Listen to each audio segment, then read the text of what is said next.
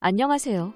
재정적 어려움으로 힘든 분들에게 정확한 정보를 제공하여 희망적인 결과를 만들어드리는 회생 가이드입니다.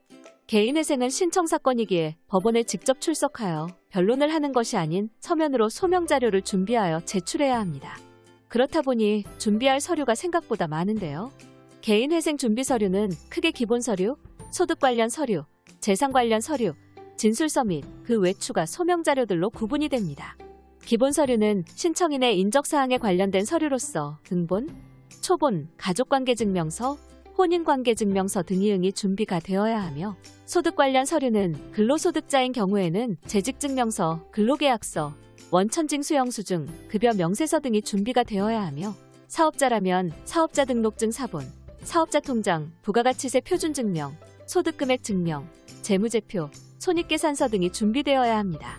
재산 관련 서류로는 주로 부동산 등기사항 증명서, 전월세 계약서, 지적 전산자료 조회 결과, 세목별 과세증명서, 자동차 등록원부, 보험 예상예약 환급금 확인서 등이 준비가 되어야 하며 그 외 인감도장, 인감증명서, 진술서, 건강보험공단 서류 등을 준비해야 합니다. 또한 사건에 따라 본인이 주장하고 싶은 부분이 있다면 추가적으로 진단서 등을 준비하시면 됩니다. 이 서류들은 공공기관 등을 방문하시거나 인터넷 또는 전화로 쉽게 발급이 됩니다. 그러나 이 중에서 진술서는 본인이 작성을 하신 뒤 법률사무소로 보내게 되는데요. 진술서 작성을 힘들어하시는 분들이 생각보다 많습니다. 법원이 진술서를 꼼꼼히 읽어는 보겠어라고 생각하면 큰 착각입니다. 실제로 법원에서 진술서를 꼼꼼히 읽어보고 진술서의 내용에서 보정 권고를 내리기도 하며 진술서가 소홀하면 다시 작성하라고 하기도 합니다. 진술서 작성을 절대 귀찮아하시면 안 됩니다. 내가 판사님 앞에서 힘든 상황을 이야기한다고 생각하시고 그것을 진술서로 대신한다고 생각하셔야 합니다. 아무리 내가 지금 빚 때문에 힘들어 회생을 진행했어도 진술서를 통하여 힘든 부분을 어필하지 않는다면 법원에서 알 수 없습니다. 서류로만 심사를 하기 때문입니다. 예전에는 법원에서 면담도 종종 잡았는데 요즘에는 면담도 거의 없다 보니 진술서를 통하여 현재 힘든 상황을 정확히 전달을 해야만 합니다. 진술서 작성 시 먼저 내 자랑보다는 내가 힘들게 된 상황을 정확히 작성하시는 것이 좋습니다. 간혹 본인의 화려하던 과거 시절을 자랑하듯 작성하시는 분들도 계신데요. 그런 부분은 크게 도움이 되지 않습니다.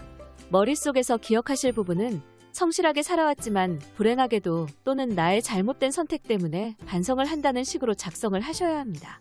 먼저 시작은 본인이 태어난 배경 및 유년 시절에 대하여 간략히 작성을 하시면 됩니다. 예를 들어 저는 1900년 몇 월 며칠 그리 부양하지 않은 가정에서 태어나 평범하게 자라왔습니다. 어렸을 적 공부를 하고 싶었지만 집안 형편이 넉넉하지 않아 일찍 사회생활을 시작해야 했습니다. 라는 스타일이 좋은 듯합니다.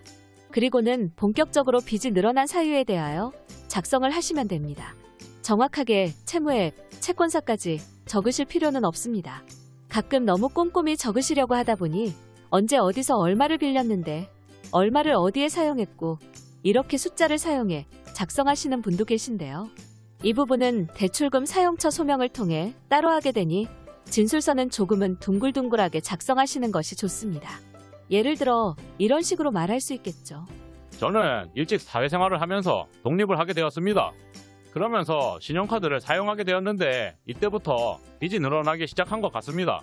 처음에는 월급으로 갚을 수 있다고 생각했지만 어느 순간 돌려막는데 한계가 와서 리볼빙 서비스까지 받게 되었고 더 이상 제 급여로는 갚을 수 없어 처음으로 대출을 받게 되었습니다.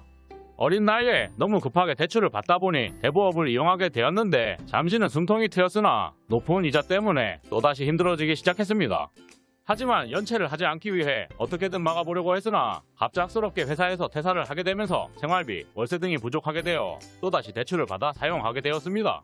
회사 생활을 하면서 우연히 동료들이 하는 토토를 보고는 저도 재미로 시작했습니다.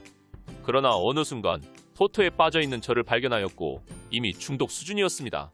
심지어 불법 도박을 하면서 많은 빚이 생기기 시작했습니다. 제 월급의 대부분을 도박에 사용하다 보니 생활비조차 없어 대출을 받게 되었습니다. 대출을 받으면서 정신을 차렸어야 했는데 또 도박에 손을 대고 말았습니다. 결국 거주하던 집도 경매로 처분하게 되었고 현재 도박 치료를 받고 있습니다. 지금 진술서를 작성하면서 저의 지난날을 돌이켜보니 너무 부끄럽고 고개를 들 수 없을 지경입니다. 이렇게 빚이 늘어난 과정을 작성을 하신 뒤 마지막에는 개인 회생이 필요한 이유, 절박함 등을 작성해 주시는 것이 좋습니다. 개인 회생을 통해 다시 출발하고 싶다는 간절함을 작성하는 것이지요. 진술서는 너무 짧으면 성의가 없어 보이고 너무 길면 끝까지 읽기 힘듭니다. 그렇기에 A4 용지 한두 장 분량이 가장 적당하다고 할 수 있습니다. 오히려 길게 작성하면 불필요한 내용이 들어가면서 법원의 의심만 더 심해질 수 있습니다. 그렇기에 중요한 부분만 간략하고 명료하게 드리고 최대한 현재의 상황이 어렵다는 부분을 어필할 필요가 있습니다. 본인이 자필로 작성을 하고 싶다면 자필로 작성하여 제출하는 것도 좋습니다.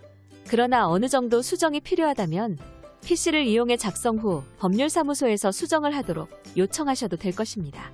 법률사무소에 진술서를 작성해달라고 요청을 하시는 경우도 있습니다. 그러나 되도록 본인이 어느 정도 초안을 작성해 주시는 것이 좋습니다.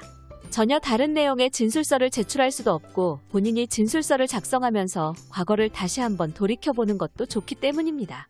너무 부담 갖지 마시고 술 한잔 하시면서 친구에게 힘든 상황을 이야기하신다고 생각하시고 편하게 작성을 해보세요. 그리고 다듬는 것은 법률사무소에 맡기시면 될 것입니다. 회생 가이드는 법률적으로 문제가 될 수 있는 부분에 관해 상세히 설명을 드리고 해결책을 제시하는 길잡이를 해드립니다. 항상 노력하는 자세로 의뢰인의 이익을 최우선하는 모습을 보여드리겠습니다. 내용이 마음에 드셨다면 구독과 좋아요, 알림 설정 부탁드립니다. 더 좋은 내용으로 찾아오겠습니다. 감사합니다.